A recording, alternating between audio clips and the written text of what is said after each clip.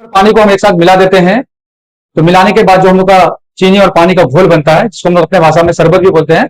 तो उसी शरबत को किताबी भाषा में विलयन कहा जाता है। तो कैसे हैं आप लोग?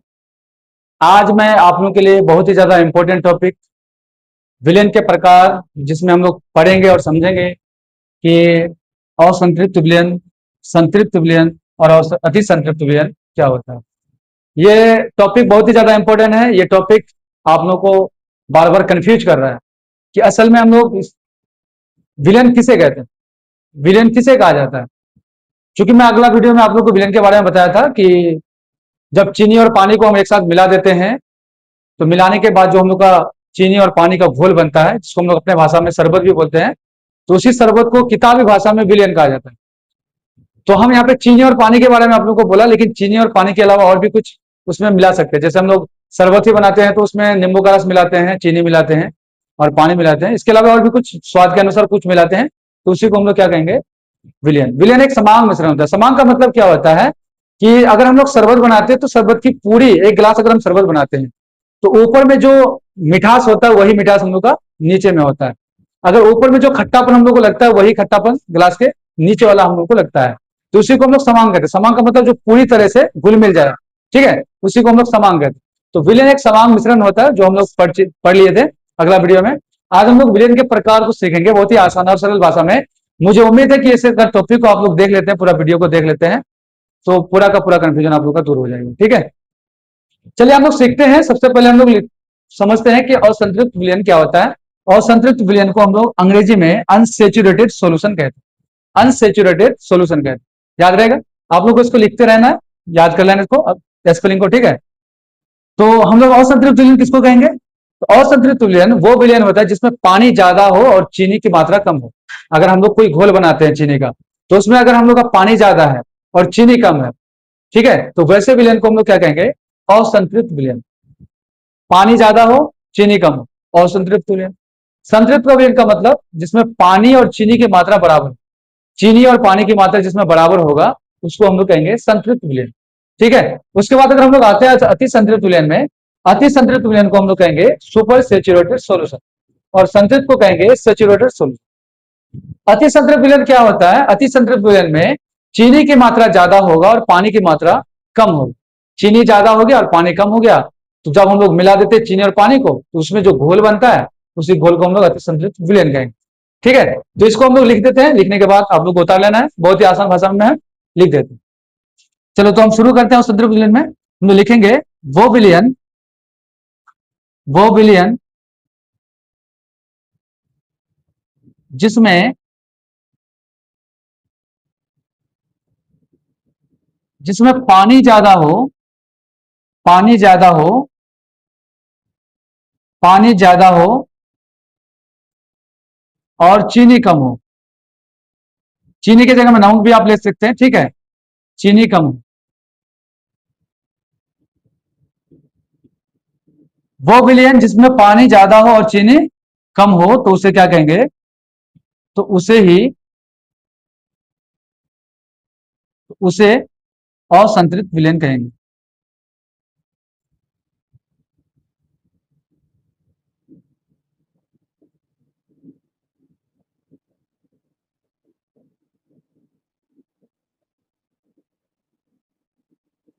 ये परिभाषा आप लोगों को किताब में मिलेगा नहीं, ठीक, ये किताबी परिभाषा नहीं है, मैं अपने हिसाब से मैं तुम लोग को लिखा हूं ताकि जल्दी और आसान भाषा में समझ में आ जाए, ठीक है ना।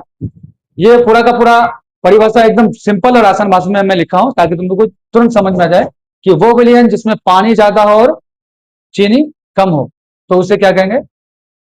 असंतृप्त विलयन। असंतृप्त का जिसको हम लोग असंतुष्ट बोलते हैं। असंतुष्ट जो असंतुष्ट होता है, जो जिसको तसल्ली नहीं होता है, जो उसको ज्यादा चाहिए होता है, ठीक है ना। तो अब यहाँ पे पानी ज्यादा चीनी कम है तो इसको हम और भी मिला सकते हैं। पानी में चीनी हम ज्यादा मिला सकते हैं, हम मिलाते इसमें रहेंगे। इसमें हम लोग ये बोल सकते हैं कि असंतृप्त विलयन वो विलयन है जिसमें घुलाने की क्षमता रखता है या घुलने की क्षमता रखता है। वैसे विलयन में जिसमें चीनी घुलने की क्षमता रखता है, चीनी और भी घुल सकता है और पानी और भी उसको घुला सकता है, वैसे विलयन को हम लोग क्या कहेंगे? असंतृप्त विलयन। या नहीं तो हम ऐसे भी याद रख सकते हैं कि वो विलयन जिसमें पानी ज्यादा हो और चीनी कम हो तो उसे असंतृप्त विलयन कहते हैं। ठीक, उसके बाद हम लोग आते हैं संतृप्त विलयन। संतृप्त विलयन को हम लोग अंग्रेजी में सेचुरेटेड सॉल्यूशन कहते हैं। सेचुरेटेड सोल्यूशन कहते हैं। संतृप्त विलयन मतलब लिखेंगे वो विलयन, वो विलयन, वो विलयन जिसमें जिसमें पानी और चीनी की मात्रा बराबर हो। पानी और चीनी की मात्रा बराबर हो।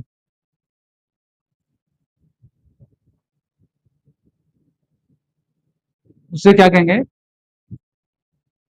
तो उसे संतृप्त विलयन कहते हैं। संतृप्त विलयन।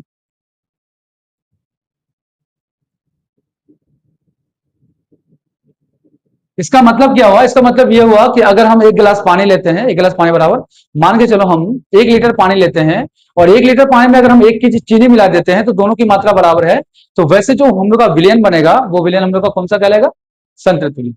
ना पानी ज्यादा ना चीनी कम, दोनों की मात्रा बराबर, तो वैसे विलयन को हम लोग क्या कहेंगे? संतृप्त विलयन।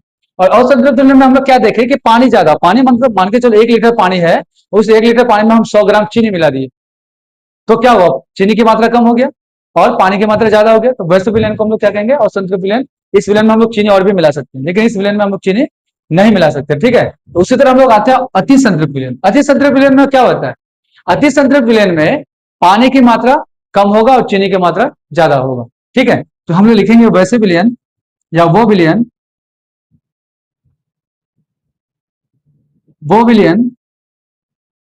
जिसमें वो विलयन जिसमें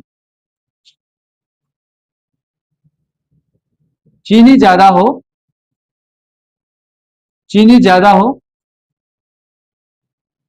और पानी कम हो, और पानी कम हो, तो उसे क्या कहेंगे? उसे अति संतृप्त विलयन कहेंगे।